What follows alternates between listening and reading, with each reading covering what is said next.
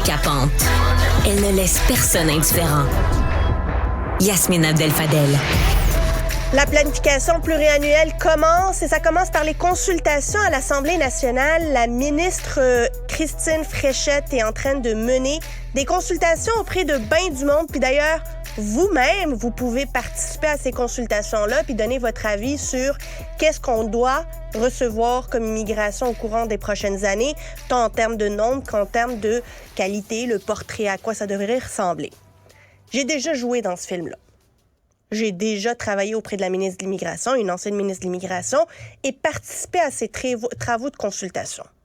Ça veut dire quoi, là, des consultations pour la planification pluriannuelle de l'immigration? Ça a l'air d'être un bien long mot compliqué, difficile à comprendre qu'est-ce qui se passe là-dedans. Là, la ministre va s'asseoir en commission parlementaire avec d'autres députés, notamment des députés de l'opposition. Puis pendant 3 semaines, elle va recevoir différents groupes. Puis là, il y a des groupes qui vont venir dire « Mon Dieu, nos entreprises sont en train de perdre des contrats parce qu'on n'a pas de main-d'œuvre pour pouvoir remplir les carnets de commandes.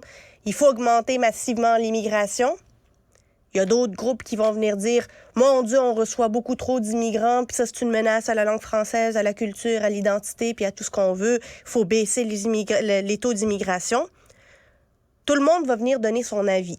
Des fois, c'est appuyé avec des faits, des fois, c'est du ressenti, des fois, on comprend pas d'où vient cette position-là, mais il faut l'écouter. On est en démocratie, puis c'est bien correct. Une fois qu'on termine les consultations, la ministre revient dans son bureau. Puis là, il faut qu'elle tranche. Ça va être quoi le seuil? Ça va ressembler à quoi le portrait de l'immigration qu'on va recevoir au courant des prochaines années? Et c'est là où elle va déposer la politique de l'immigration du Québec. Problème là-dedans. Ça, c'est bien beau, là, bien transparent, ou à tout le moins, ça donne une apparence de transparence, bien démocratique. Tout le monde a le droit de s'exprimer là-dessus, là, comme si on devait tous tenir le crayon pour écrire la politique de l'immigration du Québec. Y a-t-il quelqu'un qui peut juste proposer, un de ces groupes-là, je les invite juste à proposer à la ministre de développer une formule mathématique, là, mais rien de compliqué. Prenons des indicateurs. Pénurie, vitalité, natalité. Prenons la vitalité de la langue française. Prenons combien de logements on a, combien de places de garderie on a, combien de places dans les écoles on a, les besoins des différentes régions. Tu sais, si on leur parle, vous, là, vous avez combien de logements que vous pourriez recevoir du monde? Vous avez combien de besoins de vos entreprises?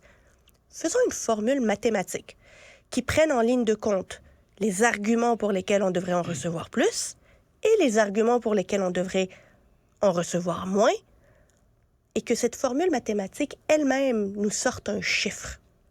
Pas que ça soit la ministre toute seule avec sa solitude qui doit déterminer qui parmi ces groupes-là a raison puis qui doit trancher, mais de prendre en considération tous ces arguments. Parce que ça sert à ça, des consultations. C'est de prendre en considération tous les arguments pour avoir un chiffre basé pas sur du ressenti, pas sur « moi, je me sens pas bien » ou « moi, je me sens bien avec les immigrants », mais sur exactement notre capacité d'accueil.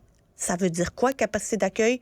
Ça veut dire prendre en considération différents indicateurs, parce que dans ce débat-là, tout le monde a raison et tout le monde a tort.